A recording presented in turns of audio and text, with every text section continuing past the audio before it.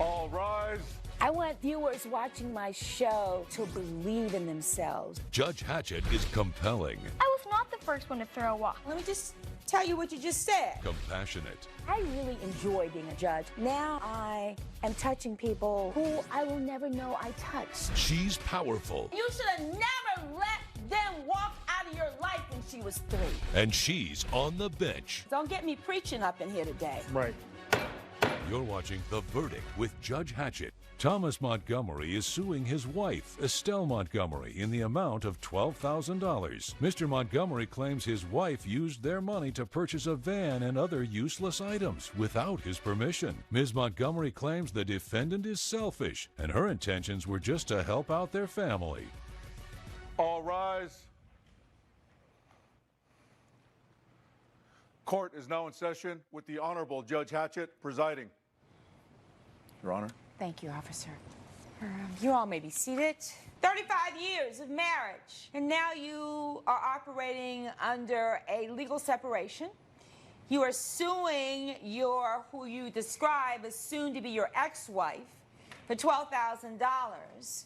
And it's a very complicated situation based on the complaint I've read. All right, Mr. Montgomery, begin by telling me what happened. Good morning, Your Honor. I'd like to begin with this woman over here, my ex-wife, or soon-to-be my ex-wife, Estelle, always wore the pants in the family, had to make the final decisions. But on this one decision that she made, this was behind my back. Well, let's start from the beginning. What kind of decisions did she make behind your back? When I first came in a relationship with her, I wasn't really planning to have kids. This case is about having kids now, later. I raised the kids that we had. I came to understand. So you all had biological children? 3. 3 children that you all had. Yeah. When you started this relationship, you weren't committed to having children, but you had children. And I know that you are happy that you did. Correct. I love my kids. Right. I love the kids in question now. I just think that at this point, I'm 6 years old.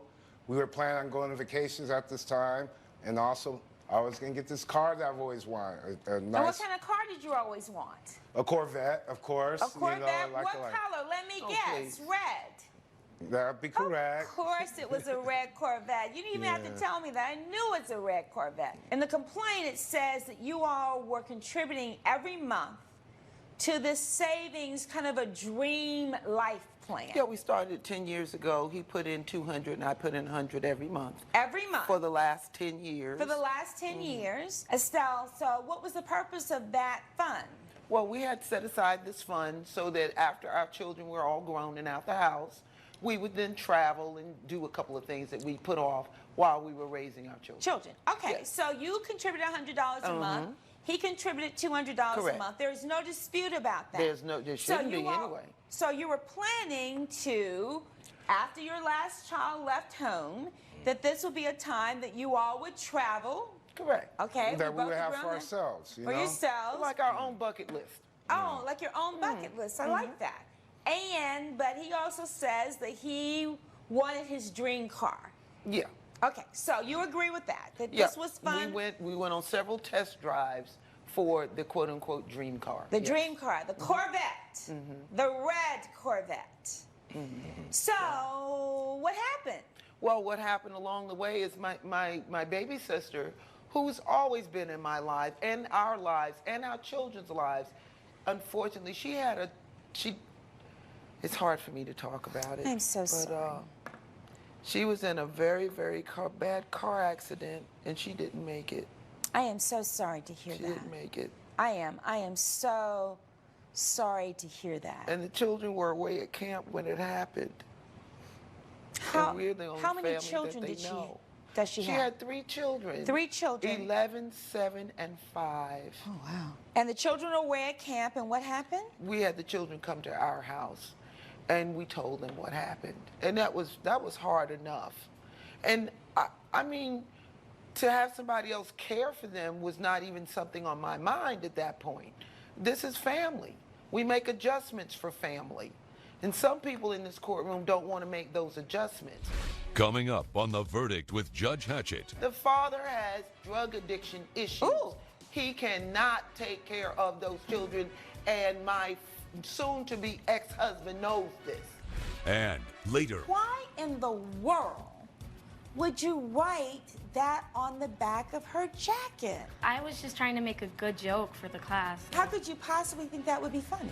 the verdict with Judge Hatchett is back with the case of Thomas Montgomery, who is suing his wife, Estelle Montgomery, for breach of contract. Did you sit down with your husband to say, look, Thomas, you know, I am devastated. My sister has been killed in this car accident, and I want to take care of these children? No, it didn't dawn on me to do it like that. And the reason it didn't dawn on me to do it like that is for the last 35 years, I've been married to a single person who put all of the major decision-making responsibility on me. I disagree. Just like with anything else. So I didn't take this as being anything out of the norm for us to do. If it had been, I would have handled it differently. But I've been making all the major decisions in this relationship for the last 35 years anyway. Well, you start up by... That's the point I'm trying to make. She always wants to make the last and final decision. Half the time, she doesn't even include me. And that's what this lawsuit's about, because we agreed to set this money aside for travel. I wanted to get this car. You know, these children are very young. And they have a biological father who she doesn't really... Who cannot take care of them, but okay, go ahead. Put that as a footnote. I want to get back to that. But let me just ask you this. You said that she always wore the pants in the family. That she... So why did you always defer to her to make all these decisions? I wouldn't say I deferred to her. I was being, you know, a gentleman. You know, but at some point, you know, and I loved her. I wanted to keep her happy and make sure she stayed happy. But I wanted that red Corvette. She broke the agreement we had. The agreement was that I would get a red Corvette once the kids moved out. She would want to go on a vacation, and she spent the majority of this money, and I put the majority of the money in the bank account, and that's why we're here today. So where's the money now? It's not in the bank account anymore? I bought a minivan. Minivan? I bought a minivan because we needed that's a long way from a we Corvette. needed transportation, not only for us to travel with, but we needed transportation now that we have 3 small children. I don't even want the kids in the home with us. You might at not this want it, point. but things change, and you weren't willing to make any changes other than it's not about the car, Your Honor. That was the last straw. He had already started making brand new moves, like cutting off his hair. For a long time there, he was dyeing his beard until he wouldn't take anymore. Then he moved out. So then he decides he wanted to be brand new and wants to be a single man, like he wanted to be in the beginning. So all we're really doing is going back to where he wanted to be anyway. You should have left my behind on the beach. So wait. After 35 years of marriage, you finally had this awakening that he should be by himself and you all shouldn't be married? That's because Well, he's the one who filed for a separation. I didn't. But you know what? I got brand new, too. Why are you still wearing it? That's another issue. Right here today, I'm just trying to get the $12,000 back for my little red Corvette. Let me tell you what bothers me. It doesn't sound like this has ever really been a working partnership. No, it hasn't. You know, that's not how marriages work. And you didn't even discuss with him that the children were coming to live with you. No, I didn't. I mean, everything just happened so fast, and these children know us. They have a father. Well, True. let's talk but about the father. The father has drug addiction issues. Ooh.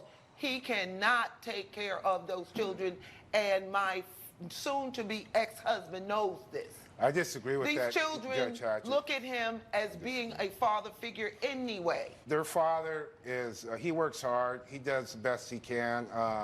He's not always around, and he works a little bit too long. He parties probably too much. We all did at that age. But they're his children nonetheless, and I think he should be more responsible in this matter. So he should be just thrown to the, they should just be thrown Let's to him. talk about this. Maybe you are enabling the father. I don't think so. Well, maybe if he had the responsibility, he might step up with some support systems around him. Well, he hasn't stepped up so far, so I can't imagine this is going to. Was he with your sister? No, he wasn't. Oh, he wasn't with your sister. All right, but Thomas, And he you're hasn't saying... shown any kind of responsibility towards them even after this. Well, beyond, Has he And I was supported the hoping that children that would happen. financially? He's not doing anything. Well, He's why not doing don't you take anything him to any court? different. We will when we get to that phase of this. But all of this is just happening now. well, beyond all that, like I said in the beginning, you know, she always gets her way. I've given in to her for 30 years. This was the one thing I wanted, was this little Corvette. I sympathize with the kids that they're, you know, they need a good parent, good upbringing. Seems And, like you already you made know, your decision. But she should have taken 2/3 of the money and left me 1/3 for the sports car when I put in double more than she did. So what does the $12,000 represent? Does that represent... The $12,000 that she illegally took from the fund, because she put in 100 a month, I put in 200, and it was 36,000 to be in there in the beginning. So if you put in 200 and she put in 100, you should get 2/3 back. Exactly. So, but you're only asking for 1/3 back. Well, I have 1/3. She left 1/3 in the bank Oh, account. she left 1/3 in the bank account. Oh, Right. okay. So that leaves us the $12,000. Like I said, he had already started acting different anyway. Well, maybe So- it's because he felt like he was 60 and this was a new phase of his life and he wanted to enjoy it, that he would be able to travel with you and that you all would enjoy life and he'd get his red Corvette. You made some decisions on your own that are affecting him.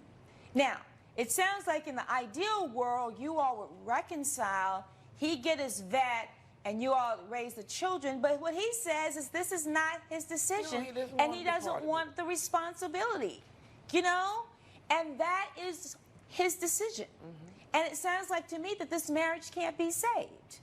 But under these circumstances, I am going to award him the $12,000 because it's the fair thing to do. There's nothing further. Judgment for the plaintiff in the amount of $12,000. Thank you. All rise. Judge Hatchett has ruled in favor of the plaintiff. The defendant has been ordered to pay $12,000. I'm sorry I had to bring you to court. I had dreams too, and the car was it. Well, Thomas, I hope you sleep real good at night knowing that you chose a car over your family. Coming up, Why in the world would you write that on the back of her jacket? I was just trying to make a good joke for the class. How could you possibly think that would be funny? network featuring dynamic judges and live legal programming. Well, we're not at your school, we're in my courtroom. Unique court shows. Where is any information about the company? Live legal news. That's what you should have done. And a commitment to justice. Either you tried or you did it. The next generation of court programming in one dynamic network. Justice Central. You're watching Justice Central. Stay tuned. You're watching Justice Central. You're watching The Verdict with Judge Hatchett. Gwen Stewart is suing Diana Page in the amount of $82.99. Ms. Stewart claims Ms. Page's daughter defaced her daughter's jacket and caused her to be targeted by her peers at school. Ms. Page claims she did everything she could to mitigate the problem, but says Ms. Stewart has been impossible to satisfy. Ms. Stewart, you're in court with your daughter, Jenny, and you're suing the defendant who is in court with her daughter, Vera. And I understand that there was an incident at school involving the two daughters. Is that correct? Yes, Your Honor. Yes. Ms. Stewart, what happened? I was in the middle of making dinner. I was defrosting a chicken, and I got a phone call, and I was very alarmed. I was told that my daughter would not be taking the bus home, but that I needed to go and pick her up. What happened? Why were you so upset that day? I take science class with Vera, and I just put on my jacket and I walk down the hall, and all of a sudden I see everybody laughing at me, staring at me. All the guys are now hitting me. So what happened? I mean, you have these jackets in the court. Hit me here, and then it has arrows to both of your shoulders. So how did you figure out what was going on? Well, one of the teachers, Miss Taylor, she said, "Come here." She showed me the jacket, and of course I was very upset. she told me, we later found out that Vera did it. Coming up, Why in the world would you write that on the back of her jacket? I was just trying to make a good joke for the class. How could you possibly think that would be funny? The Verdict with Judge Hatchett is back with the case of Gwen Stewart, who is suing Diana Page for property damage. Did you get a call from the school as well? I did. I had to leave straight from work and come down to find out I was wrong. They said that my daughter Vera had caused some trouble with another student earlier today. I came down and they told me what happened with the jacket. I, of course, mortified and made her apologize to Jenny, tried to figure out what to do with Miss Stewart. So she started telling me, it's an $83 jacket, give me the $83.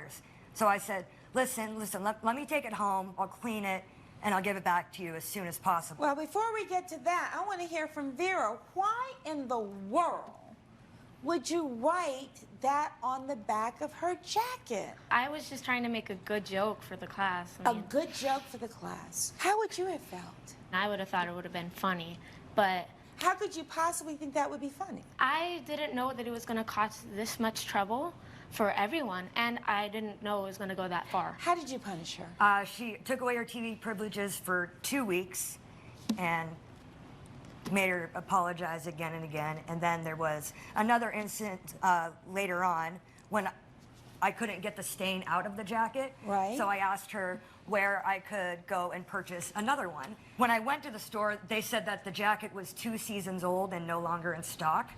Judge Hatchett's verdict when we return.